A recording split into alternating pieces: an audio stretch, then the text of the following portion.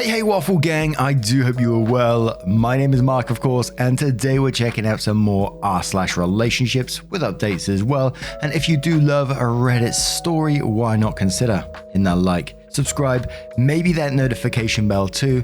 Hugely helps out the channel, and I can never express a difference you really do make, so thank you. And let's crack on with today's first story. Much love, guys.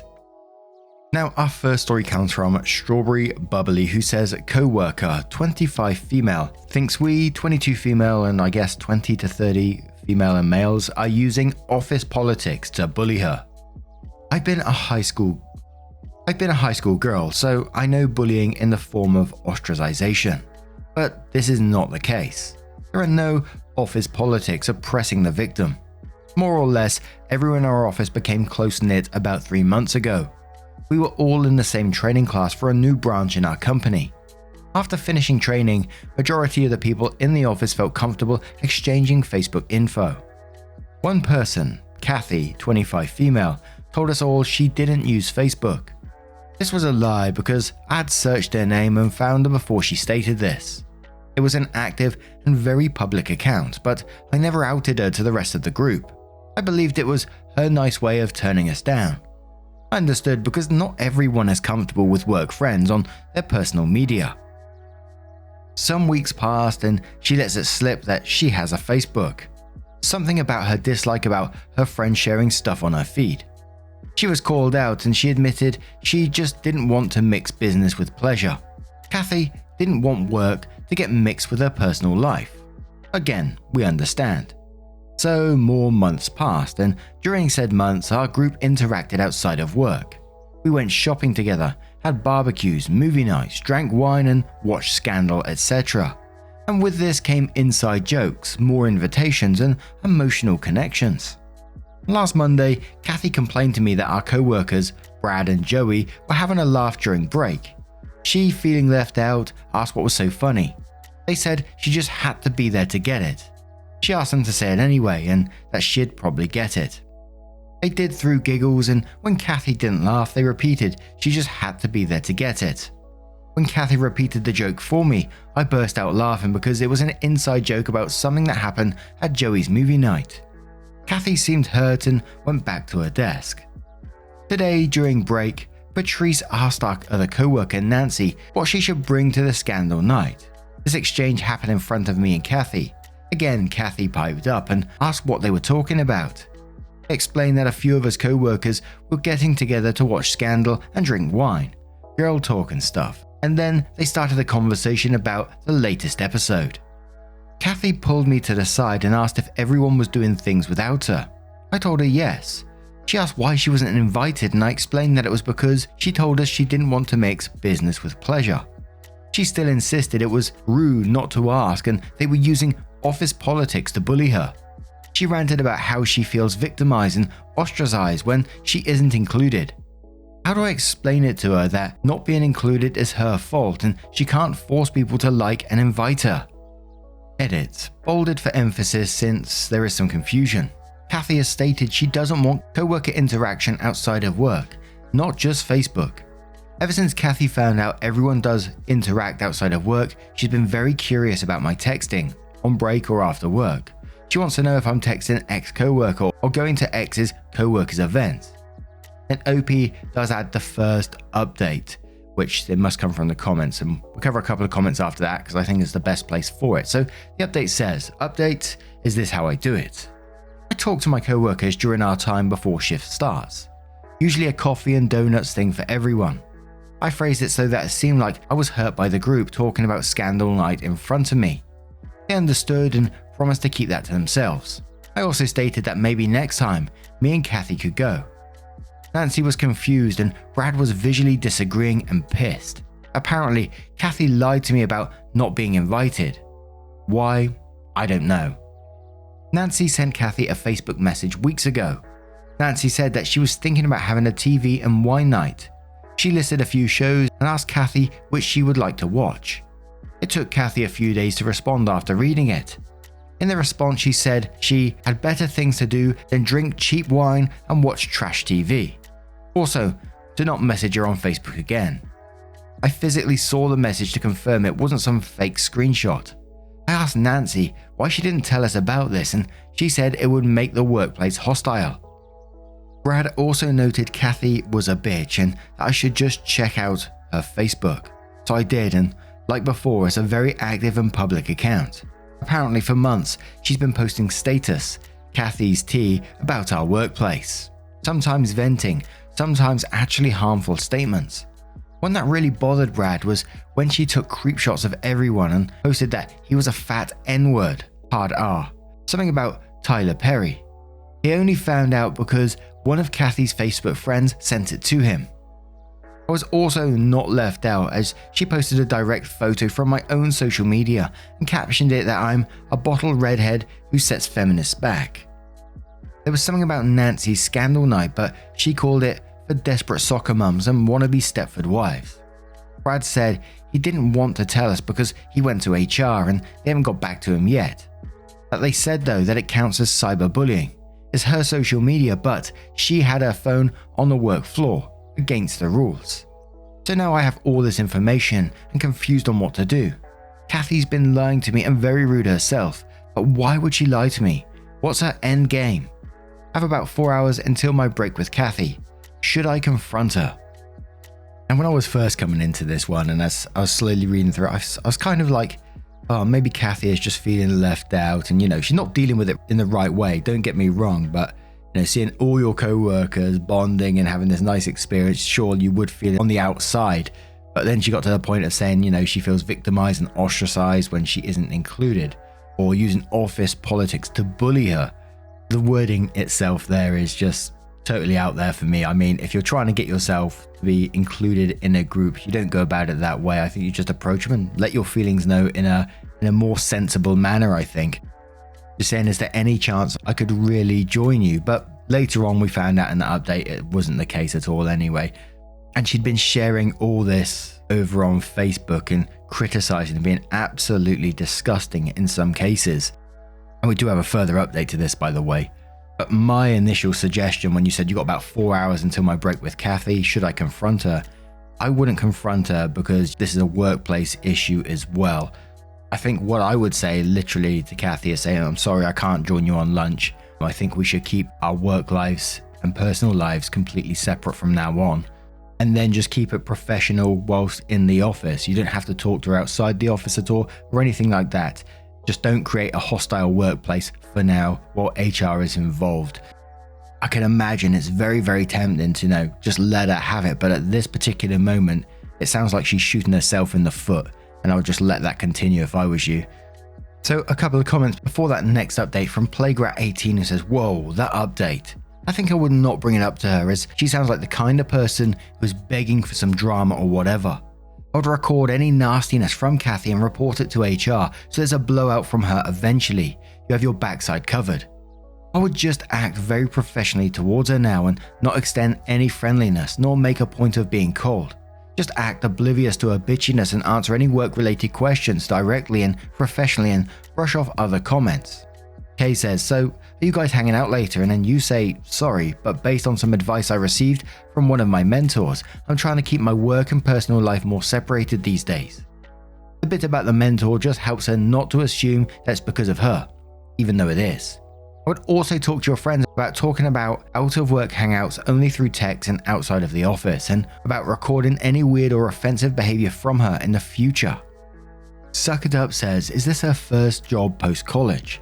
She may have been told by someone, parents or friends, not to mix work and pleasure and just thought that's what people did in the real world. But now seeing that isn't the case and feels left out. Maybe ask her about it and see what she says. And I just read the update and wow. I usually try to think of situations from the non-poster's point of view, but in this situation, Kathy's definitely not the young, innocent woman I dreamt up in my head. At this point, distance yourself from Kathy. If she says anything, just mention you've seen what she posts on Facebook and that you'd rather not be a part of it. I don't think there is much you can do to get her to stop, and it will have to come from HR. And some of the comments you may have to take before the update was posted as well. So Deanie Bob says, I can see things from Kathy's side. When you start at a new office, you're not necessarily friends with everyone right away, and you may not want all these new acquaintances privy to your Facebook if you're inherently a private person. But you and your colleagues took that as a "I never want to be friends ever," and went on to organize events without her and make in-jokes that exclude her, thereby ensuring she could never be friends ever. I believe that you don't mean it maliciously, but from her point of view, it would seem like petty high school ostracizing tactics. And I assume that was before the update was posted, otherwise I don't get it. And one more from Unksol who says, "Kathy's been using you as a flying monkey, an enabler/minion. Everyone else was onto her bullshit, so she sent you to go feed her ego/give her details that they wouldn't trust her with. Don't let Kathy use you anymore. Don't feed her any more information. 100% do not let her know people have seen the Facebook. Don't confront her. Don't let her know about the HR investigation. Don't say anything. Your time as an information source and flying monkey is over." So then OP made an update post which said, "So I didn't confront Kathy during break. I didn't even get to decide whether or not I wanted to because as soon as my break started, my supervisor, Linda, approached me. Linda explained that she knew Kathy reached out to me about the office clique. Over lunch, she told a story about how something like this happened to her in high school and that Kathy was reaching out to me to be her proxy. Now, she knows I don't hold these events, but I should speak on Kathy's behalf. I said I understood when another supervisor, Dan, butted in. Dan said Kathy also told him about the office problem, but he ignored it because he knew she has been invited. They discussed it among themselves and cited that people have used the company email to send out invites. This allowed the supervisor to see the exchanges between everyone. Kathy had been invited and bluntly stated no to several things/not to waste her time. Linda apologized to me and told me to forget about the Kathy issue, but the core message still counts. When I went to the break room, Kathy made a beeline for me. She started questioning me about how my talk with the supervisor went, how together we could take down the ageist office group and that we could get a coffee after work. I lied saying I had a family thing and went home. At home, I checked the Reddit post and went back on Kathy's Facebook. There was a new post about how she was playing a little office prank on the office idiot. People commented her to spill, but she didn't update them. I feel like that was about me. I started screen capping her posts, though only the ones that flat out bullied people. I felt like HR would care about those than any grey areas. Aside from the racist post about Brad, she made a post about a plan to sleep with a married co-worker by getting him drunk. All of this has been weird. At work, Kathy is a professional, determined and a little headstrong. But in this field, that's a good thing. She gets good scores and reviews from clients, but now all I see is her posting vile things about the people I care about, calling it truth tea and running to me like a victim of a make-believe problem. I'm going to avoid her unless we're on a project together. I don't want to be a flying monkey. I don't know what to believe from her anymore. Edit. To answer someone who PN'd me. Yes, I have high functioning autism. Yes, people at work know. Edit 2. HR emailed me back. They said they were calling Kathy into work this weekend. Since the office isn't open the weekends, it's clear she's in trouble. As advised from an earlier reply, I'm not going to check her Facebook anymore. Though watching the fallout would have been nice/have a laugh, I would feel petty. I don't think Linda was trying to force me to do anything. She understands that I don't get some social things. If you check out my last post/replies, I literally said Kathy should just ask to be included. She was just trying to explain in a way I'd understand. I fixed budded to butted, thank you for catching that. And I looked into the term flying monkey, and another subreddit came up, RBN. The people described there sound a lot like Kathy. I'm signing out now, so I won't reply until Monday. Sorry. And edit 3. It looks like she was fired over the weekend. Her desk is empty but dented. I think she put up a fight because some co-workers' desk decor are damaged. I won't be checking her Facebook to see the fallout. I've blocked her and I am hoping for the best. Now, I never understand. I see, like, when I used to have Facebook, I'm not on there anymore. I can't be bothered with that sort of stuff. But people that criticize the companies that they work for on their social media, I think, what are you doing? Why would you risk that? There used to be one guy I was friends with on Facebook, and he was my previous manager, and I explained him, the guy that rolled under the warehouse door, and then got sacked a couple of weeks later. Big drama there.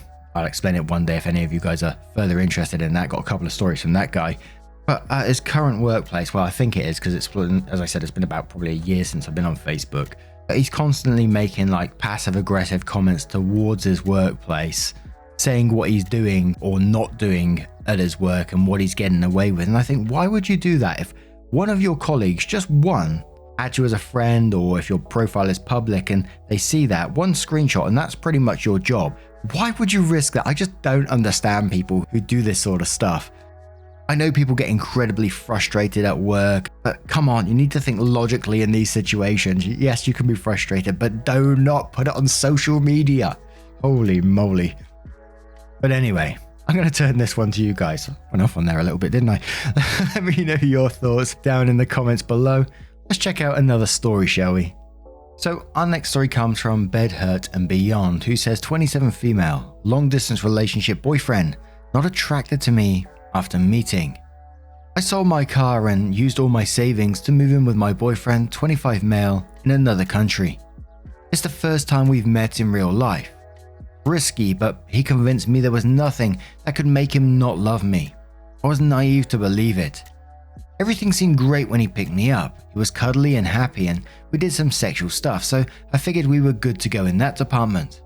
Later tonight, he says he's not ecstatic about me being here. I chalked it up to stress, but a little while later, he admitted being taken back by my appearance. I guess he thinks I'm fat. All the pics I sent him were unaltered, aside from flattering angles. We also cammed some. Nothing upon meeting indicated he felt negatively about me. He called me beautiful over and over and was aroused enough to do sexual things together. Now he wants nothing to do with me, but says we can take it slow and see how it works out. And he says my face is cute and beautiful, etc., but that he doesn't know if he's physically attracted to me. I'm so hurt and confused because I never tried to deceive him. He saw me in real time and he was perfectly happy to get some. I'm his first, maybe that's why. I'm in so much agony now. It's our first night together and we're sleeping in separate beds. I kicked him out because I was so uncomfortable with him in bed with me after all that. I've obviously made a huge mistake. I do take blame for it, but I don't understand why it was fine at first and now not at all. As a side note, I'm not resistant to losing weight. I blew up before being diagnosed with hypothyroidism and have been slowly losing the weight since. In fact, I've lost 15 pounds since I started talking to him. Anyway, I'm not sure how to approach this. He says we can give it a try, but it hurts so much and I'm afraid of putting effort into this if I'm just going to be hurt. Should I collect the fragments of my pride and leave? I love him so much and all of this has me really shaken. In some ways I didn't want to talk about your initial decision but the first line I was like, what? You said you sold your car and used all your savings to move in with your boyfriend who you've never met before.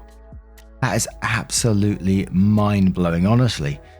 And after all that, and him convincing you there was nothing that can make him not love you, and then he says he's not ecstatic about being there, he's taken back by your appearance. And I got to say, if I was in OP's positions, regardless of previous decisions that have been made, and we have an update in a moment by the way, I don't think I would want to be with that person who's just said to me they're not ecstatic about me being there, they're taken back by my appearance. Oh, he's good enough to say though, and your face is cute and beautiful, but don't know if I'm physically attracted to you though. I mean, would you want to be around that? I certainly wouldn't be, and I'd be thinking about how can I get back home. But Kato Rules the World says treat it like a gap year. Go out, experience new things, try new stuff, lose the weight you're happy with. Then at the end, thank your roommate for his time, pack up and leave. Devil Guy says in quotes, I sold my car and used all my savings to move in with my boyfriend, 25 male, in another country. It's the first time we've met in real life, and then says, Jesus Christ, hope you never make that mistake again. Listen, relationships can be real, long distance, but it's much harder to judge. And you should never, ever, ever, ever do something so precipitous over someone you've never even met. I think you might need some help mentally because this is not the sort of thing balanced people do. Jennifer says, this isn't going to get better if you stick around. You might think he's just being blunt, but no, he's being mean and stomping on your self-esteem. You said he's offered you money to help you go back home and has told you that he's not ecstatic about you being there. He doesn't want you there. Girl, go home. Don't let guys who are mean to you put their dick inside of you. It's just a learning experience, not the end of the world. Dusky Gem says lock up all your personal information. Wallet, travel docs, personal papers, book your ticket home and get out now before he breaks more than your heart. No matter how much weight you lose, he will find another reason to undermine your confidence. In addition to you being young and tactless, he may also be an expert in targeting someone's weaknesses and exploiting them. You were a mark, my dear, a target for his amusement. Not the first and certainly not the last. Do not continue to be naive and tell him your plans to leave or express how hurt you are. Book the tickets, pack up your things, block him and leave. Opie replies saying, probably true. He's picked on more than just my weight, my clothes, my makeup, and even how I breathe. I just feel emotionally numb now. And now let's move on to the update to find out what happened next. So the update says, first, I want to thank all of you for your concern and the private messages I've received about this matter. I'm honestly surprised how kind many of you have been, and it's good to know that I'm not the only person who's made a colossally stupid decision and survived to tell the tale. There are many I'd like to reply to, but simply have not had time. As far as my boyfriend and I are doing, it is up in the air. We've spoken about the matter many times, but seem to get nowhere. I've insisted that I just leave and we all leave this mess behind us and move on with our lives, but he's reluctant for me to go. He says that he's determined to try and fix this and he's sorry he's been so cruel. I told him I'm not sure I want to fix it, as he's hurt me so much already, and he shouldn't have to force himself to be attracted to me. He still wants to give it a try, and since we'd already planned a trip north together to see friends next week in advance, he wants me to at least stay that long.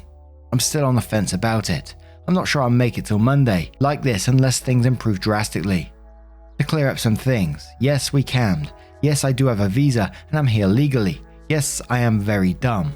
No, I do not think I'm in danger of physical abuse. Thanks everyone. And unfortunately, that is the last update that we had on that post. But what do you guys make of this situation? If you was in OP's position right there, what would you have done? Would you have been able to stick around like she's going to for a bit of time to see if it would work? I think the initial comments would put me off it right away, would put me off that relationship. Someone saying that they're not attracted to me, that'd be pretty awful, I think. I don't think I'd want to hang about for that to see if it worked or not. Maybe that's a bad take, I don't know. But that's something that I would do, I'd be out of there. But let me know your thoughts down in the comments below. And just a huge thank you for spending your time with me today, your love, support, and just getting involved with the channel at Mark Narrations on Twitter. Shameless plug. Just a huge thank you, and hopefully I will see you in the next one. Take care, guys. Much love. Wake up, get up, stretch my legs, eat some breakfast, milk and eggs, brush my teeth up, wash my face, throw my clothes on, start my day. Wake up, I can smell the smoke from the bacon. Let's go, see the sun shining from the windows. Okay, I know that today